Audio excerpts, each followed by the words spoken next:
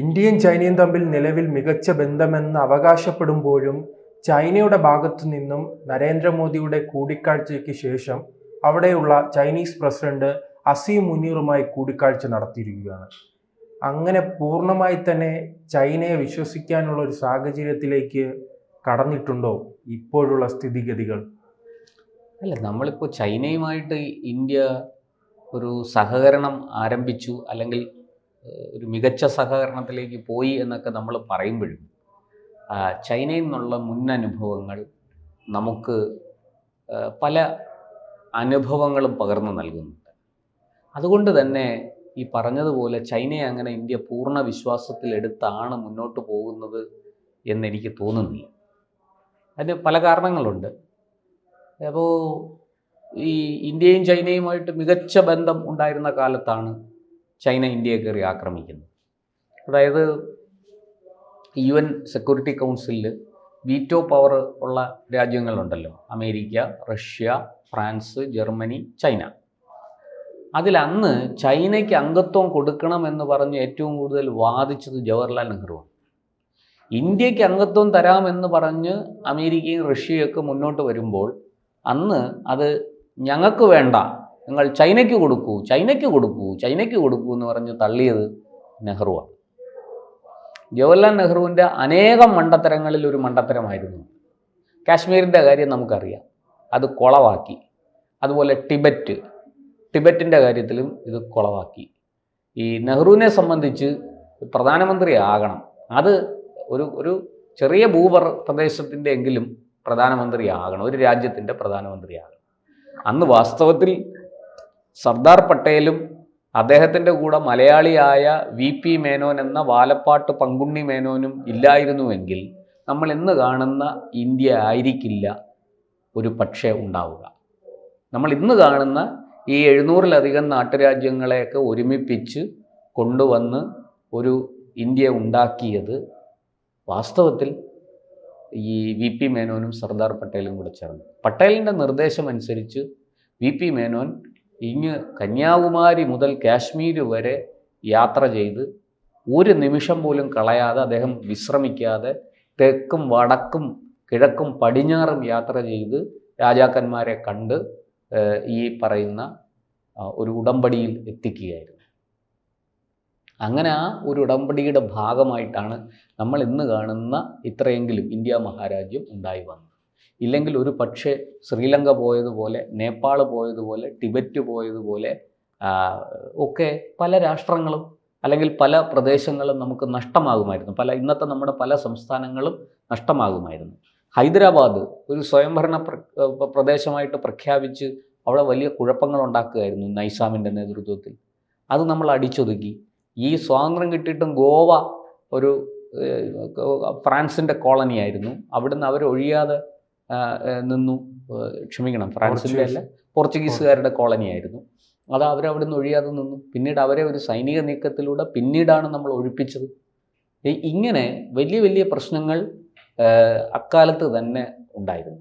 അവിടെ എല്ലാം വളരെ സമർത്ഥമായിട്ട് ഇതിനെല്ലാം നേരിട്ടുകൊണ്ട് നമ്മൾ ഒരു വലിയ രാജ്യമായി മാറി. എന്നിട്ടും ഈ നെഹ്റു കാണിച്ച മണ്ടത്തരമാണ് ചൈനയ്ക്ക് UN സെക്യൂരിറ്റി കൗൺസിലിൽ വീറ്റോ പവറുള്ള ഒരു രാഷ്ട്രമായിട്ട്, വോട്ടിംഗ് പവർ ഉള്ള ഒരു രാഷ്ട്രമായിട്ട് ചൈന വരികയും ഇന്ത്യ ഇപ്പോഴും പുറത്ത് തന്നെ നിൽക്കുകയും ചെയ്യുന്നത്. വാസ്തവത്തിൽ ഇന്ത്യയായിരുന്നു അവിടെ കടന്നു ചെല്ലാൻ ഏറ്റവും യോഗ്യതയുള്ളൊരു രാഷ്ട്രം. കാരണം ഈ പറഞ്ഞതുപോലെ ആരോടും യുദ്ധത്തിന് പോകാത്ത, ആരെയും വെറുപ്പിക്കാത്ത, ആർക്ക് എന്ത് സഹായവും ചെയ്യാൻ തയ്യാറുള്ള ഒരു പാരമ്പര്യവും ചരിത്രവുമുള്ള രാഷ്ട്രം. ഇത്രയും ലോകത്ത് ഇത്രയും നീണ്ട കാലത്തെ ചരിത്രം അവകാശപ്പെടാൻ പറ്റുന്ന മറ്റൊരു രാജ്യവും ഇല്ല. അതുകൊണ്ട് റഷ്യയും അമേരിക്കയും ഒക്കെ ഇന്ത്യക്ക് ഇത് തരാൻ തയ്യാറായിരുന്നു. പക്ഷെ അന്ന് ഈ പറഞ്ഞ പോലെ America, Britain, Germany, France, Russia, China, ഈ ചൈനയ്ക്ക് കൊടുക്കണം എന്ന് ഏറ്റവും കൂടുതൽ വാദിച്ചത് ഈ പറഞ്ഞ ബാക്കി 5 രാഷ്ട്രങ്ങളല്ല, മറിച്ച് ഇന്ത്യയായിരുന്നു, ജവഹർലാൽ നെഹ്റുവായിരുന്നു. അത് 62ഓടുകൂടി നെഹ്റുവിന് മനസ്സിലായി. നെഹ്റു ഹിന്ദി ചീനി ഭായി ഭായി എന്നാണ് പറഞ്ഞുകൊണ്ടിരുന്നത്. ഹിന്ദുസ്ഥാനും ചൈനയും സഹോദരങ്ങളാണ് എന്ന് നെഹ്റു വലിയ വായിൽ എല്ലായ്പ്പോഴും എവിടെ വച്ചും വിളിച്ചു പോകുമായിരുന്നു. നെഹ്റുവിൻ്റെ ഉള്ളിലെ ആ സോഷ്യലിസ്റ്റ് ജനാധിപത്യ ആ മഹാപുരുഷനുണ്ടല്ലോ, ആ മഹാപുരുഷൻ, ഈ നിറം കൊണ്ട് ഇന്ത്യക്കാരനും ആചാരം കൊണ്ടും അറിവ് കൊണ്ടും സംസ്കാരം കൊണ്ടും പെരുമാറ്റം കൊണ്ടും ഒക്കെ ഒരു യൂറോപ്യനായ ജവഹർലാൽ നെഹ്റു. ആ നെഹ്റുവിന് ചൈനയോട് വലിയ സ്നേഹമായിരുന്നു. പക്ഷെ അത് 62-ൽ ചൈന കയറി ചൊറിഞ്ഞപ്പോൾ ആ സ്നേഹമൊക്കെ അങ്ങ് തീർന്നു. ശരിക്കു പറഞ്ഞാൽ ആ ചൈനയുടെ ആക്രമണം കൊണ്ടുണ്ടായ മനോവിഷമമാണ് നെഹ്റുവിൻ്റെ മരണം അതിവേഗത്തിലാക്കിയത് എന്ന് പോലും ഒരു വാദം ഉയർന്നിരുന്നു. അതൊക്കെ ചരിത്രമാണ്, അതവിടെ നിൽക്കട്ടെ. പക്ഷെ 62-ന് ശേഷം ഇന്ത്യ വളരെ കൃത്യമായിട്ട് ചൈനയുമായിട്ടൊരു കൈയകലം സൂക്ഷിക്കാൻ ശ്രദ്ധിച്ചിട്ടുണ്ട്. അടുപ്പമുണ്ടോ? ഉണ്ട്. ഇല്ലേ? ഇല്ല. അങ്ങനെ ഒരു നയത്തിലാണ് പോകുന്നത്. ഇപ്പോൾ എന്താ സംഭവം? ഇപ്പോൾ ചൈനയ്ക്ക് വേറെ വഴിയില്ല. ഈ അമേരിക്കയുടെ ഇറക്കുമതി തീരുവ വർധനയും ഇരട്ടച്ചുങ്കവും അതും ഇതുമൊക്കെ കൂടെ വന്നപ്പോൾ ചൈന ആകെ പൂട്ടിപ്പോയി. കാരണം നമ്മൾ ഈ ഉയരം കൂടുന്തോറും വീഴ്ചയുടെ ആഘാതവും വർദ്ധിക്കും. ഇപ്പോൾ ചൈന വളരെ ഉയരത്തിൽ നിൽക്കുകയാണ്. 19 ട്രില്യണാണ് അവരുടെ GDP. അങ്ങനെ ഇപ്പോഴും വളർന്നുകൊണ്ടിരിക്കുന്ന സമ്പദ് വ്യവസ്ഥയുടെ വളർച്ചയിൽ ഒരു വലിയ വേഗമൊന്നും പ്രകടിപ്പിക്കും. വളർച്ചയുള്ള ഒരു രാജ്യത്തിന് ഏറ്റവും മികച്ച സൗഹൃദം തേടാൻ കഴിയുന്നത് ഇന്ത്യയോടൊപ്പമാണല്ലോ. അതിനിടയിൽ എന്തിനാണ് ഈ അസീം മുനീറുമായി കൂടിക്കാഴ്ച നടത്തുന്നത്? അത് പറയാം. അപ്പോൾ അങ്ങനെ വളർന്നുകൊണ്ടിരിക്കുന്ന സമ്പദ് വ്യവസ്ഥയുള്ള ഒരു രാഷ്ട്രം, അവരെ സംബന്ധിച്ച് ഈ അമേരിക്ക പൂട്ടിയ പൂട്ട് ചെറുതൊന്നുമല്ല. വേറെ നിവൃത്തിയില്ലാതെയാണ് അവർ ഇന്ത്യയോട് സൗഹൃദം സ്ഥാപിച്ചത്. കാരണം ഇന്ന് ഈ തൽക്കാലം ഇന്ത്യയോടൊപ്പം നിൽക്കാതെ അവർക്ക് രക്ഷയില്ല. ഇന്ത്യയെ കൂടെ കൂട്ടാതെ നിൽക്കാൻ പറ്റില്ല. റഷ്യ ഒരു വലിയ സൈനിക ശക്തിയാണ്, പക്ഷെ ഒരു വലിയ സാമ്പത്തിക ശക്തിയല്ല. ലോകത്ത് അത്രയും വലിയൊരു വിപണിയും സമ്പദ് ശക്തിയും ഒക്കെ ആയ ഒരു രാഷ്ട്രം പിന്നൊന്നുണ്ടെങ്കിൽ അത് ഏഷ്യയിൽ ഇന്ത്യയാണ്. അതുകൊണ്ടാണ് ചൈന ഇന്ത്യയുടെ വിപണി ചൈനയ്ക്ക് ആവശ്യമുണ്ട്. അമേരിക്കൻ വിപണി പൂട്ടിപ്പോയി, അല്ലെങ്കിൽ അമേരിക്കൻ വിപണി പൂട്ട് വീഴും എന്ന് ഉറപ്പുണ്ട്. ഈ സമയത്തൊരു ബദൽ വിപണി വേണം. ആ ബദൽ വിപണി ഇന്ത്യയാണ്. ഇന്ത്യയുടെ അത്രയും ശക്തമായ പർച്ചേസിംഗ് പവറുള്ള മറ്റൊരു, അല്ലെങ്കിൽ യൂറോപ്യൻ യൂണിയൻ മൊത്തമായിട്ടൊക്കെ വരണം. യൂറോപ്യൻ യൂണിയൻ മൊത്തമായിട്ടും ചൈനയായിട്ട് അങ്ങനെ സഹകരിക്കില്ല. അങ്ങനെ യൂറോപ്യൻ യൂണിയനെ മാത്രം വിശ്വസിച്ച് മുന്നോട്ട് പോകാൻ പറ്റില്ലെന്ന് ചൈനയ്ക്ക് അറിയാം. അതുകൊണ്ടാണ് അവർ ഇന്ത്യയുമായിട്ട് സഹകരിക്കുന്നത്. അപ്പോൾ ആ സഹകരണത്തിന് ഇങ്ങോട്ട് വരുമ്പോൾ ശരി, ശത്രുവിൻ്റെ ശത്രു മിത്രം, ഇന്ത്യ അതിനനുസരിച്ചുള്ള നിലപാടുകൾ എടുത്തു. അല്ലാതെ ചൈനയെ പൂർണ്ണമായിട്ടും വിശ്വസിക്കില്ല. അത്ര മണ്ടനല്ല നരേന്ദ്രമോദി.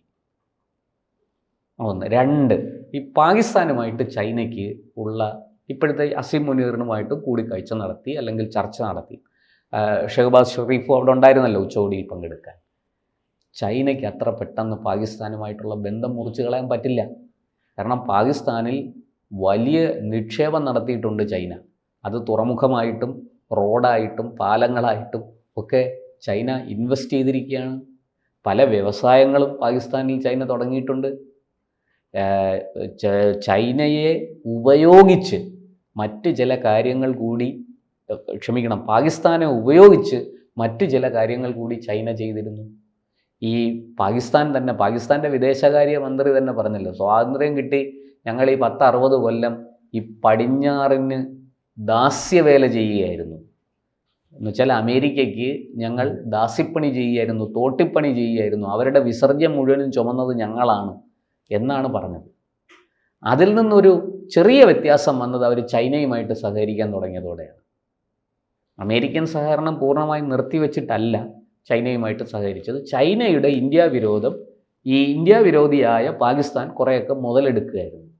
ചൈനയെ സംബന്ധിച്ച് പാകിസ്ഥാൻ എന്ന് പറയുന്നത് ഈ മൂക്കിപ്പെരളാനില്ലാത്തൊരു രാഷ്ട്രമാണ്. അതുകൊണ്ട് പോട്ടെ, ഈ ഇന്ത്യയുമായിട്ടുള്ള ഈ കലഹത്തിന് ഒരു വശത്തുനിന്ന് നമ്മൾ അടിക്കുമ്പോൾ മറുവശത്തുനിന്ന് പാകിസ്ഥാനെ കൊണ്ടുകൂടെ അടിപ്പിക്കാം, ഇതായിരുന്നു തന്ത്രം.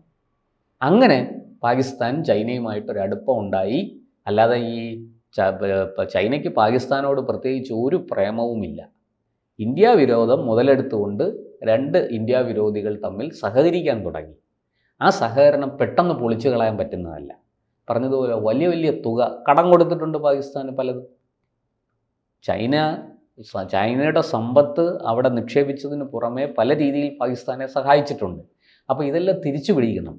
നമ്മൾ പണം കൊടുത്താൽ, പണം ഇൻവെസ്റ്റ് ചെയ്താൽ അത് അതിൻ്റെ പലിശയടക്കം തിരിച്ചു കിട്ടണ്ടേ? അതല്ലേ ലാഭം. ആ ലാഭം കളയാൻ ചൈന തയ്യാറല്ല. അതുകൊണ്ട് മാത്രമല്ല, ഇന്ത്യ ഇങ്ങനെ സഹകരിക്കാൻ വരുമ്പോൾ ഇന്ത്യക്കും ലോകർക്കും തോന്നരുത് ചൈന ഭയന്ന് തല താഴ്ത്തി ഇന്ത്യയോട് ചേരാൻ വന്നിരിക്കുകയാണെന്ന് തോന്നരുത്. അപ്പോൾ ഇന്ത്യക്ക് ഒരു വശത്ത് ഇന്ത്യയുമായിട്ട് സഹകരണം നടക്കുമ്പോൾ മറുവശത്ത് പാകിസ്ഥാനുമായിട്ടും സഹകരിക്കുന്നു വെച്ചാൽ അതിൻ്റെ അർത്ഥം ഞങ്ങൾ പൂർണ്ണമായിട്ടും അങ്ങനെ നിങ്ങളുടെ മുന്നിൽ തല താഴ്ത്തി കീഴടങ്ങിയിട്ടില്ല എന്ന് വരുത്തി തീർക്കലാണ്. പക്ഷേ നമുക്ക് ഷാങ്ഹായ് ഉച്ചകോടിയിലൊരു വിജയമുണ്ടായി. അന്ന് പെഹൽഗാം അറ്റാക്കിന് അടക്കം കഴിഞ്ഞ ഉച്ചകോടിയിൽ രാജ്നാഥ് സിംഗ് പങ്കെടുത്ത ചർച്ചയിൽ ഈ പറഞ്ഞതുപോലെ പഹൽഗാം അറ്റാക്കിനെ കുറിച്ച് ഒരു അക്ഷരം മിണ്ടിയില്ല. എന്നാൽ അതേസമയം ഈ ബലൂചിസ്ഥാനിലൊരു ട്രെയിന് റാഞ്ചിക്കൊണ്ടുപോയി ആൾക്കാരെ കൊലപ്പെടുത്തി എന്ന് പറഞ്ഞാൽ അതിനെതിരെ വലിയ കോലാഹലം ചൈന ഉണ്ടാക്കി പ്രമേയമൊക്കെ പാസ്സാക്കി ഉച്ചകോടി. ആ പ്രമേയത്തിൽ ഒപ്പിടാതെ രാജ്നാഥ് സിംഗ് ഇറങ്ങി വന്നു. ഒക്കെ ഏതാണ്ട് 2-3 മാസം മുമ്പ് നടന്ന സംഭവങ്ങളാണ് ഇതൊക്കെ. അപ്പോൾ അവിടെ ഒരു മാറ്റമുണ്ടായി.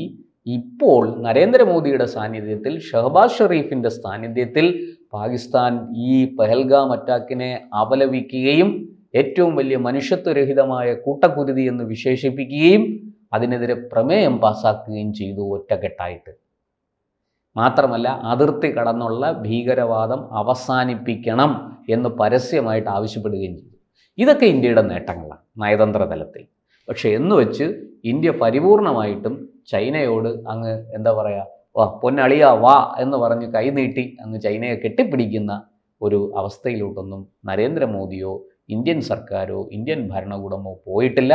അങ്ങനെ പോവുകയുമില്ല. അവർക്ക് ചൈന എന്താണെന്നറിയാം. ഈ ചൈനയ്ക്ക് ഇന്ത്യയിലുള്ള 5ാം പത്തികൾ ആരാണെന്നും അവർക്കറിയാം. അതുകൊണ്ട് വളരെ സൂക്ഷിച്ചേ അവർ കാര്യങ്ങൾ ചെയ്യുകയുള്ളൂ, മുന്നോട്ട് പോവുകയുള്ളൂ. ചൈനയുമായിട്ട് ശത്രുവിൻ്റെ ശത്രു നമ്മുടെ മിത്രം എന്ന നയത്തിൽ സഹകരിക്കും. അതിനപ്പുറത്തേക്ക് ഒരു കാര്യങ്ങളും ചൈനയുമായിട്ട് ചേർന്ന് ഇന്ത്യ ചെയ്യില്ല. കൂടുതൽ വാർത്തകളും വിശേഷങ്ങളും നിങ്ങളിലേക്ക് എത്താൻ ABC മലയാളം സബ്സ്ക്രൈബ് ചെയ്യുക, ബെൽ ബട്ടണും അമർത്തുക.